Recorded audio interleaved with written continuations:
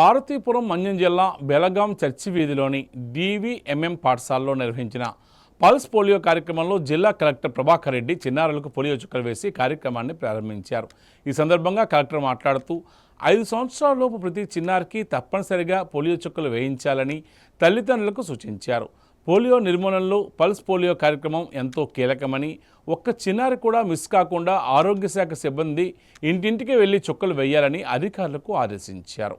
జిల్లాలో ఏర్పాటు చేసిన పోలియో కేంద్రాలను ప్రజలు సద్వినియోగం చేసుకుని తమ పిల్లలకు పోలియో చుక్కలు వేయించాలని, పోలియో రహిత సమాజ నిర్మాణానికి ప్రతి ఒక్కరూ సహకరించాలని జిల్లా కలెక్టర్ పిలుపునిచ్చారు.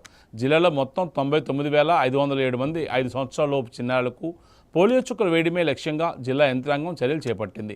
ఇందుకోసం 905 పోలియో కేంద్రాలు ఏర్పాటు చేయగా 2,48,524 గృహాలను సందర్శించి మిగిలిన చిన్నారులకు జూన్ 29, 30 తేదీల్లో ఇంటింటికి పోలియో చుక్కలు వేయనున్నారు. అదేవిధంగా హై రిస్క్ ప్రాంతాల కోసం 42 మొబైల్ కేంద్రాలు, బస్టాండ్లు, రైల్వే స్టేషన్లు, 19 ట్రాన్సిస్ట్ బృందాలు ప్రత్యేకంగా సేవలు అందించనున్నాయి. జిల్లాకు అవసరమైన 1,21,398 పోలియో డోసులు ఇప్పటికే అందుబాటులో ఉంచినట్లు అధికారులు తెలిపారు.